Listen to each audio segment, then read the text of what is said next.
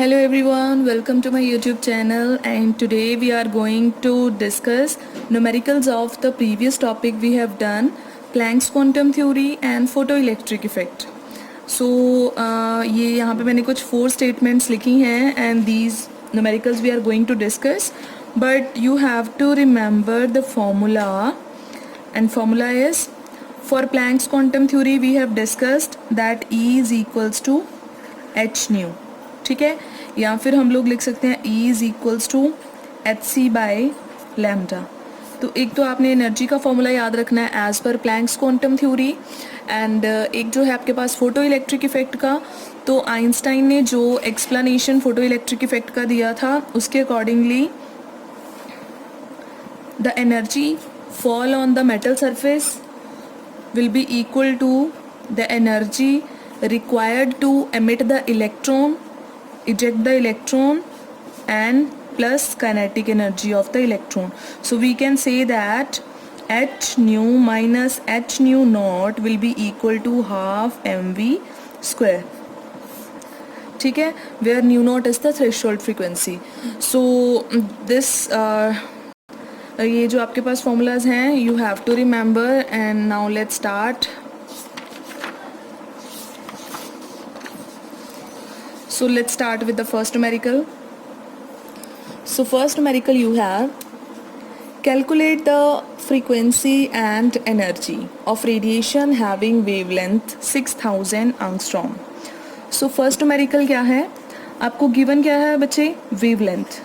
ठीक है, wavelength is given, and wavelength you know that it is represented by lambda. It is given 6000 angstrom. तो आप आंगस्ट्रॉम को सबसे पहले किस में कन्वर्ट करोगे, मीटर्स में. So you will write 10⁻⁻10 meters. Clear. After that you have to calculate the frequency. एक तो आपने फ्रीक्वेंसी कैलकुलेट करनी है एंड दूसरा आपने एनर्जी कैलकुलेट करनी है. ठीक है, तो फ्रीक्वेंसी कैसे कैलकुलेट करते हैं, ये यहाँ पे लगेगा प्रीवियस फॉर्मूला जो हमने इलेक्ट्रोमैग्नेटिक वेव थ्योरी में करा था, that c is equals to nu lambda. So nu will be equal to c by lambda. c क्या होती है, velocity of light 3 into 10⁸. This is wavelength. wavelength कितनी given है, 6000 into 10⁻⁻10. So you can write here, ये 10 की जो power है यहाँ पे जाके प्लस हो जाएगी. ठीक है, divided by 6000 you will get 1/2.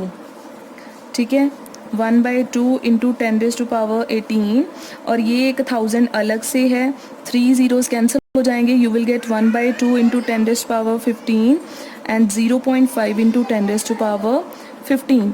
Units क्या होंगी, साइकिल्स पर सेकेंड और hertz. So you can write here hertz. So frequency आपने कैलकुलेट कर ली.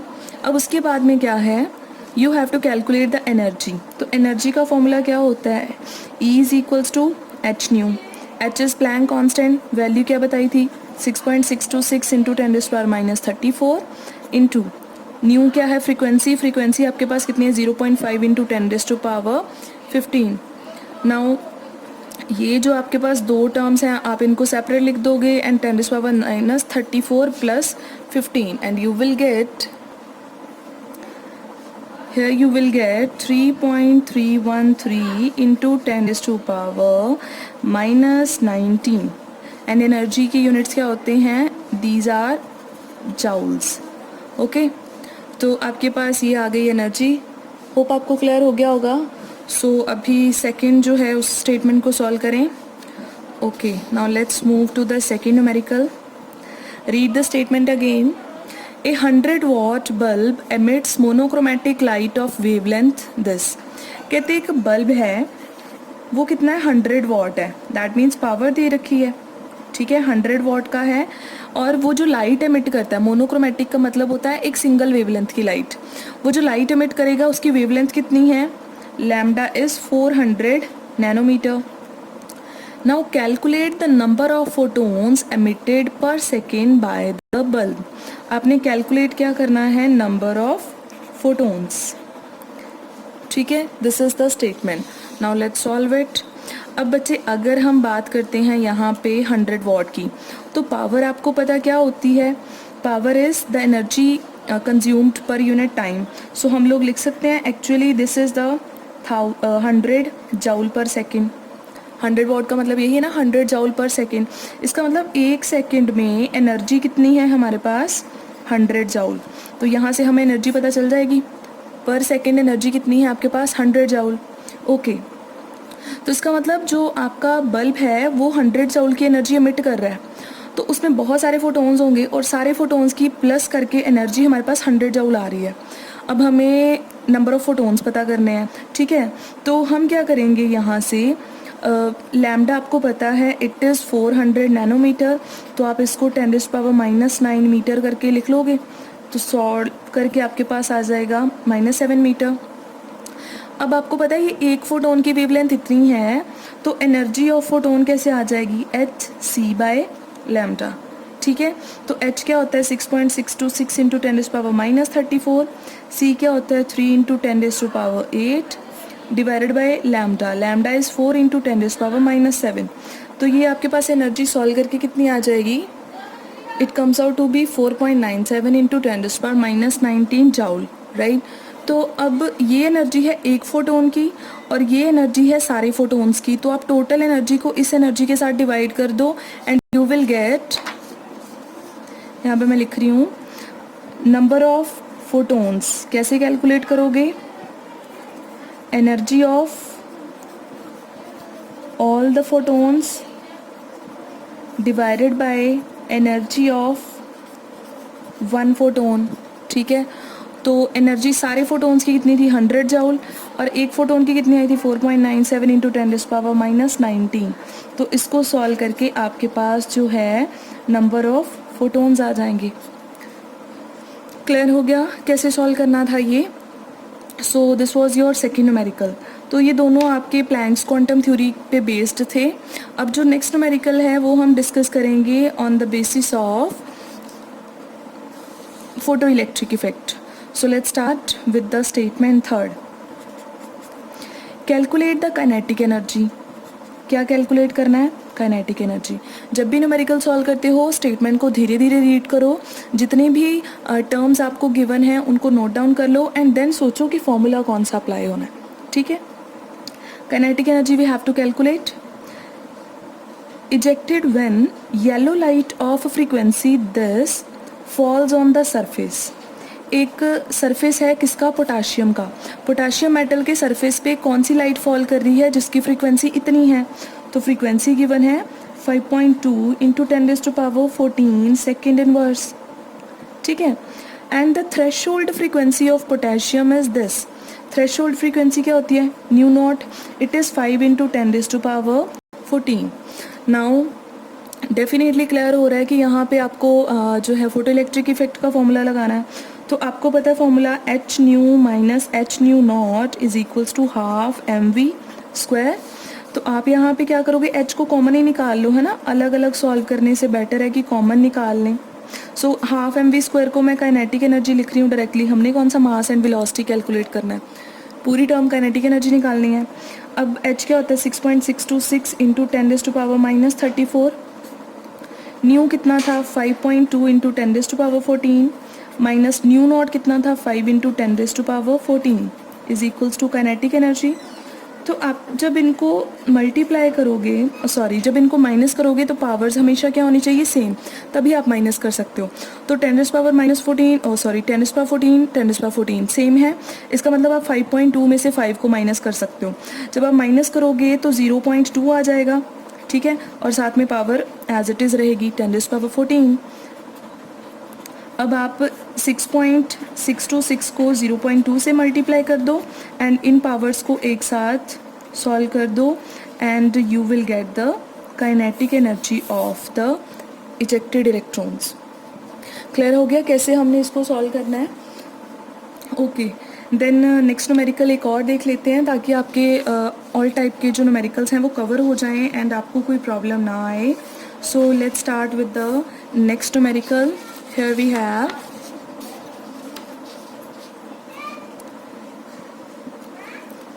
fourth one.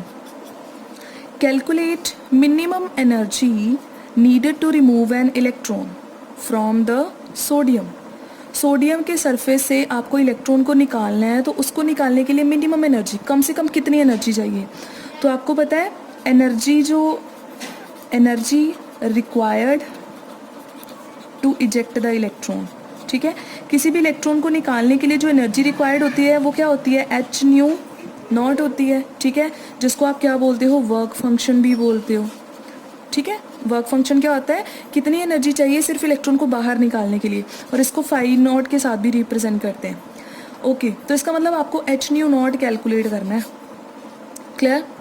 Then if electromagnetic radiation of wavelength 300 nanometer falls on it, वो कहते हैं कि हम सोडियम के सरफेस पे लाइट फॉल कर रहे हैं जिसकी वेवलेंथ कितनी है? 300 नैनोमीटर। तो वेवलेंथ आपको कितनी गिवन है? 300 नैनोमीटर, ठीक है, यानी 300 into 10⁻⁻9 meter. And when it falls the electrons are emitted with kinetic energy this, तो जैसे ही फॉल करती है तो काइनेटिक एनर्जी इलेक्ट्रॉन्स की कितनी आती है? 1.68 into 10⁻5 joule per mole. What is the maximum? चलो ये अलग बात है, अब ये नेक्स्ट क्वेश्चन आ गया कि एक और एडिशनल उन्होंने पूछ ली चीज़। हम पहले इतना सॉल्व कर लें, है ना, क्या इसमें होना चाहिए क्या नहीं होना चाहिए। ओके, तो मैं यहाँ पे लिख रही हूँ पहले, as per photo electric effect we can write h nu minus h nu not is equals to kinetic energy. Clear? So हमने फाइंड करना है एच न्यू नॉट कितनी रिक्वायर्ड है। तो एच न्यू नॉट की वैल्यू क्या आ जाएगी? उसको उस तरफ भेज दो, h nu minus kinetic energy, ठीक है। आप एच न्यू में से काइनेटिक एनर्जी को माइनस कर दो तो आ जाएगा। इसका मतलब पहले हमें एनर्जी भी निकालनी है और काइनेटिक एनर्जी तो गिवन है, ठीक है। तो पहले एच न्यू निकाल लेते हैं। नाउ जब हम निकालेंगे एच न्यू तो फ्रीक्वेंसी तो है नहीं, यहाँ पे लिख low energy of light radiations, जो रेडिएशंस फॉल कर रहे हैं उसकी एनर्जी कितनी है? That will B H new, और न्यू तो पता है नहीं, तो इसका मतलब हम एच सी बाई लैम्डा का फॉर्मूला यूज़ करेंगे। एच क्या है? 6.626 इंटू 10⁻⁻34। सी क्या है? 3 इंटू 10⁻8 डिवाइडेड बाई लैम्डा कितना गिवन है? 300 इंटू 10⁻⁻9। अब आप इसको सॉल्व करोगे, ठीक है, and it comes out to be this much. तो आपके पास इन तीनों न्यूमेरिकल टर्म्स को सॉल्व करके आंसर आ रहा है 0.06626 एंड पावर्स को सॉल्व करके आ रहा है 10⁻⁻17, ठीक है। तो अब इसका मतलब जो लाइट फॉल कर रही है उसकी एनर्जी इतनी है, और काइनेटिक एनर्जी कितनी है वो भी लिख लेते हैं, है ना। तो काइनेटिक एनर्जी आपके पास बच्चे आ रही है, काइनेटिक एनर्जी तो गिवन है, kinetic energy is 1.68 into 10⁻5 joule per mole. अब प्रॉब्लम पता क्या है? यहाँ पे यूनिट्स जो हैं वो जाउल होनी चाहिए थी, ठीक है। इसका मतलब जाउल पर मोल का मतलब है कि ये काइनेटिक एनर्जी 1 मोल इलेक्ट्रॉन्स की दे रखी है, ठीक है। तो हमें किसकी चाहिए? सिर्फ एक की बात करनी है हमने, ठीक है। तो हम क्या करेंगे? इसको कन्वर्ट कर लेंगे, पर मोल है ना, ऊपर जाउल ही रहेगा। 1 मोल में कितने इलेक्ट्रॉन्स होते हैं? 6.022 इंटू 10⁻23। तो जब आप इसको सॉल्व करोगे तो पावर्स को सॉल्व करके तो आ जाएगा 10⁻⁻18, और इधर क्या आ जाएगा? 0.279। क्लियर? ये आ गया। तो अब आपने क्या करना है?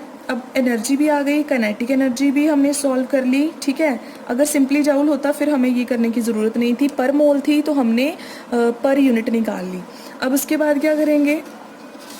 अब हमें निकालना क्या था? हमें कैलकुलेट करना था वर्क फंक्शन। तो वो कैसे कैलकुलेट करते हैं? Energy minus kinetic energy. Energy कितनी थी? 0.06626 इंटू 10⁻⁻17 माइनस 0.279 इंटू 10⁻⁻18। लेकिन अब हम यहाँ पे माइनस नहीं डायरेक्टली कर सकते हैं क्योंकि पावर्स में क्या है? यहाँ पे डिफरेंस है। तो आप पावर्स का डिफरेंस कैसे सॉल्व करोगे? दोनों पावर्स को सेम बना लो। तो सेम कैसे बनाएंगे? हम इधर 0.06626 इंटू 10⁻⁻17 इसको ऐसे ही रहने देते हैं, और इधर क्या करेंगे? हम 10 के साथ मल्टीप्लाई कर देंगे, 10 के साथ डिवाइड, 0.0279 इंटू 10⁻⁻17। अब पावर्स हो गई सेम, तो हम पावर्स कॉमन निकाल देंगे और 0.6626 में से 0.0279 माइनस कर देंगे। So it comes out to B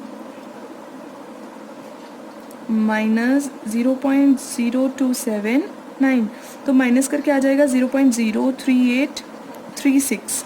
So that means this much joule of energy is required to remove the electron from the surface of sodium, or this we can say is the work function of sodium. हो गया बच्चे इतना clear? Okay, तो एक चीज़, एक तो उन्होंने work function पूछा था, हमने वो निकाल दिया. एक चीज़ और पूछी है, कहते what is the maximum wavelength that will cause photo electron to be emitted. कहते मैक्सिमम कितनी वेवलेंथ चाहिए कि इलेक्ट्रॉन जो है वो सरफेस से निकल जाए. ठीक है, अब आपको पता है सरफेस से निकालने के लिए जो एनर्जी है वो कितनी है. ठीक है, एच न्यू नॉट कितनी है हमारे पास, 0.03836 इंटू 10⁻⁻17. तो इसको हम लिख सकते हैं h c by lambda nought. ये वो वेवलेंथ है जिसकी हेल्प से इलेक्ट्रॉन सरफेस से निकल जाएगा. तो हमें इसी को क्या कर देना है, फाइंड कर देना है. ठीक है, हम लैम्डा नॉट को जो है उस तरफ लिख लेते हैं ऐसे करके, और ये जो टर्म है इधर डिवीज़न में आ जाएगी, एच सी ओवर 0.03836 इंटू 10⁻⁻17. तो लैम्डा कितनी आ जाएगी, मैक्सिमम वेवलेंथ.